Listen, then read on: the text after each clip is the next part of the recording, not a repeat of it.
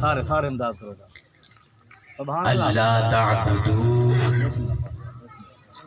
الا ایاہ وبالوالدین احسانا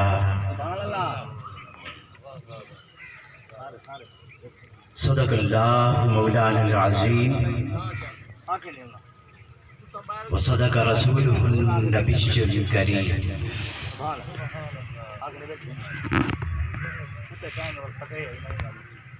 حمد و صلات کے بعد میرے نہایت ہی واجب الاحترام جملہ علماء کرام،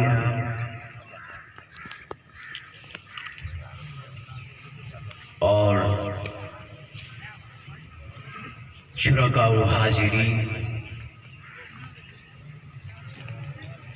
میں نے آپ کے سامنے سورہ بنی اسرائیل کی ایک آیت کریمہ کا کچھ حصہ پڑھنے کا شرف حاصل کیا ہے۔ اللہ رب العزت نے ارشاد فرمایا وَقَضَىٰ رَبُّكَ أَلَّا تَعْبُدُوا إِلَّا إِيَّاهُ وَبِالْوَالِدَيْنِ إِحْسَانًا،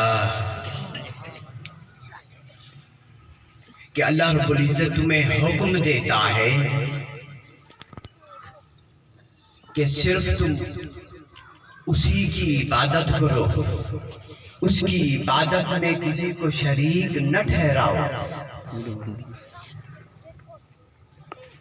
وَبِالْوَالِدَيْنِ إِحْسَانًا، اور اپنے والدین کے ساتھ حسن سلوک کرو۔ اِمَّا يَبْلُغَنَّ عِنْدَكَ الْكِبَرَ أَحَدُهُمَا،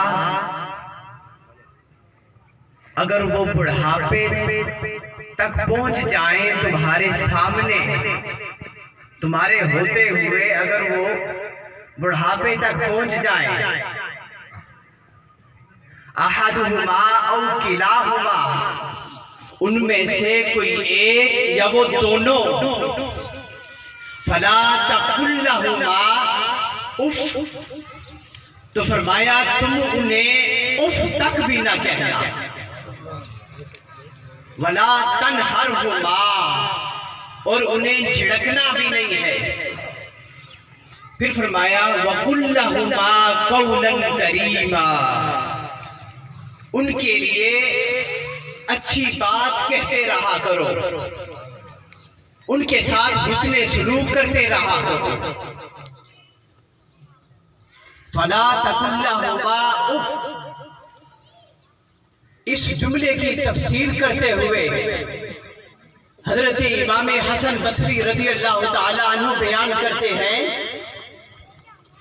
کہ اس کا معنی یہ ہے کہ اگر دونوں ماں باپ یا ان میں سے کوئی ایک تمہارے سامنے بڑھاپے تک پہنچ جائے تو پھر انہیں اف تک کہنے کی بھی اجازت نہیں ہے، خواہ تمہیں ان کی کوئی بات پسند آئے یا نہ آئے۔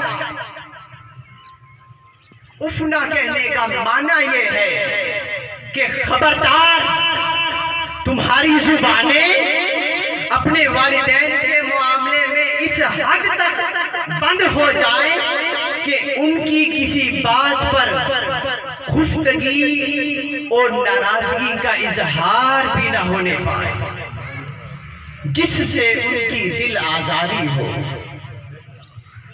والدین کے ساتھ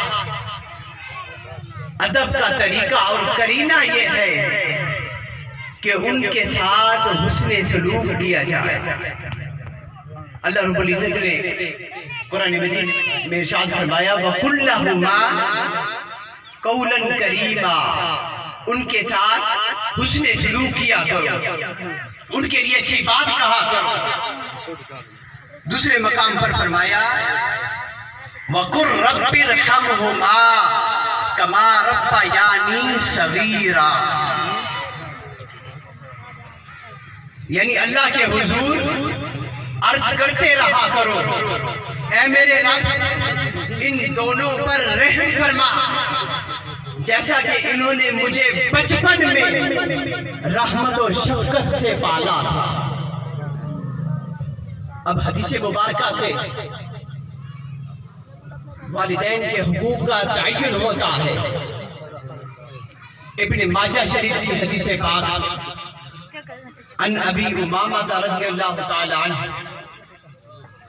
حضرت ابو امامہ رضی اللہ تعالی عنہ بیان کرتے ہیں ان رجلا قال، ایک شخص آقا علیہ السلام کی بارگاہ میں آیا، اس نے عرض کی یا رسول اللہ صلی اللہ تعالی علیہ وسلم ما حق الوالدین علی ولدہما، کہ والدین کا اپنی اولاد پر کتنا حق ہے؟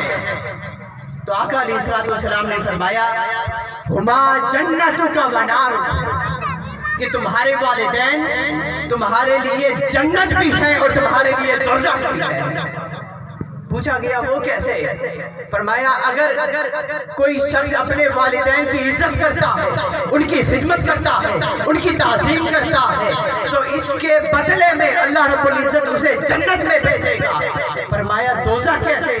تو آقا علیہ السلام نے فرمایا دوزخ اس لیے اگر کوئی اپنے والدین کی نافرمانی کرتا ہے، ان کی بے عزتی کرتا ہے، ان کی نافرمانی کرتا ہے، تو نافرمانی کے سبب سے اس کا یہ نافرمانی کرنا اسے دوزخ میں لے جانے کا سبب بن سکتا ہے۔ بخاری اور مسلم کی حدیث پاک حضرت عبداللہ بن عمر رضی اللہ تعالیٰ عنہ سے روایت ہے کہ آقا علیہ السلام نے فرمایا اپنے ماں باپ کو گالی دینا بڑے گناہوں میں سے ایک ہے۔ پوچھا گیا یا رسول اللہ صلی اللہ تعالیٰ علیہ وسلم اپنے ماں باپ کو کون گالی دے سکتا ہے؟ کیا ایسا بھی ہو سکتا ہے کہ کوئی اپنے ماں باپ کو گالی دے؟ تو آقا علیہ السلام نے فرمایا نعم، ہاں ایسا ہو سکتا ہے۔ فرمایا جب تم کسی کے ماں باپ کو گالی دیتے ہو تو وہ سامنے جواب میں تمہیں گالی دیتا ہے، تمہارے ماں باپ کو گالی دیتا ہے، اس وجہ سے وہ گالی جو تم نے کی ہوتی ہے وہ تمہارے ماں باپ پر واپسی آتی ہے۔ فرمایا اگر وہ سامنے سے جواب نہ بھی دے پھر بھی وہ گالی تمہیں لگتی ہے۔ فرمایا وہ کیسے؟ آقا علیہ السلام نے فرمایا وہ اس طرح کہ اگر سامنے والا جواب نہیں دیتا، وہ خاموش ہو جاتا ہے، تو تم نے جو گالی دی ہے کسی کے باپ کو، کسی کی ماں کو، وہ گالی دوبارہ لوٹ کر تمہاری طرف آتی ہے۔ اب دیکھیں گالی دینے کا کتنا بڑا عذاب ہے۔ دوسری حدیث پاک میں ہے آقا علیہ السلام نے فرمایا جو شخص گالی دیتا ہے تو اللہ رب العزت اس کے فرشتے اس پر لعنت بھیجتے ہیں۔ مگر آج زمانہ الٹ گیا ہے، ہماری باتوں میں گالی ہے، کوئی بات گالی کے بغیر نہیں کرتے۔ کچھ خوف کریں، جس زبان سے خدا اور مصطفیٰ کا نام لیتے ہیں اس زبان سے گالی۔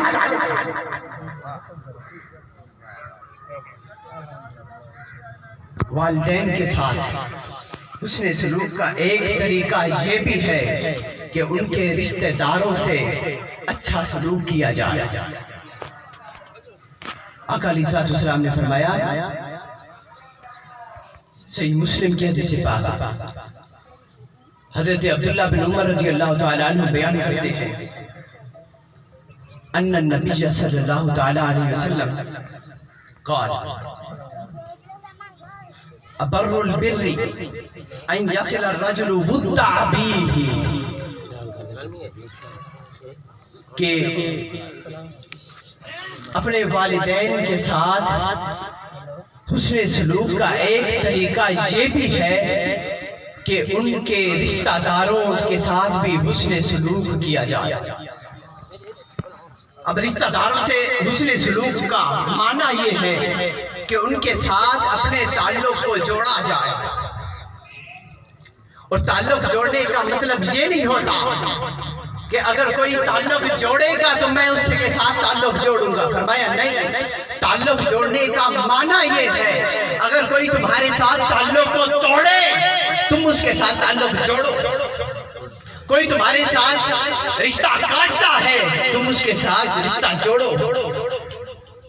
سل من قطعک واعف عمن ظلمک واحسن الی من اساء الیک. فرمایا جو تمہارے ساتھ کاٹتا ہے تعلق کو تم اس کے ساتھ تعلق کو جوڑو. واعف عمن ظلمک جو تیرے ساتھ ظلم کرے تو اس کو معاف کر دے.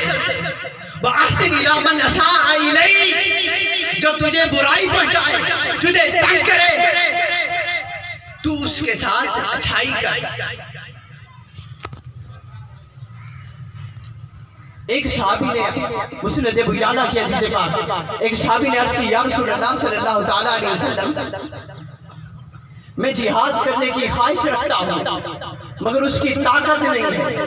تو آقا علیہ السلام نے فرمایا کیا تیرے ماں باپ زندہ ہیں؟ کیا تیری والدہ زندہ ہے؟ اس نے عرض کی یا رسول اللہ جی ہاں. تو آقا علیہ السلام نے فرمایا جا تو اپنی والدہ کی خدمت کر. وہ صحابی کہتے ہیں میں نے سوچا کہ شاید آقا علیہ السلام نے میری بات پر توجہ نہیں دی. میں نے دوبارہ وہی بات دہرائی 2-3 مرتبہ دہرائی. تو آقا علیہ السلام نے فرمایا فَأَبْلِ اللَّهَ فِي بِرِّهَا فَإِذَا فَعَلْتَ ذَلِكَ کہ تو اپنی ماں کی خدمت کرتے ہوئے اللہ کی بارگاہ میں حاضر ہو جا. فَإِذَا فَعَلْتَ ذَلِكَ اگر تو نے ایسا کر لیا فَأَنْتَ حَاجٌ وَمُعْتَمِرٌ وَمُجَاہِدٌ اگر تو نے اپنی ماں کی خدمت کر لی تو حاجی بھی بن جائے گا, تو عمرے والا بھی بن جائے گا, تو مجاہد بھی بن جائے گا. اب صحابی نے تو فقط جہاد کی بات کی تھی مگر حضور نے تینوں چیزیں بیان فرما دی. اگر تم ماں کی خدمت کی توفیق حاصل کر لے تو اس سے تجھے جو اجر و ثواب ملے گا وہ حج, عمرہ اور جہاد تینوں کے برابر.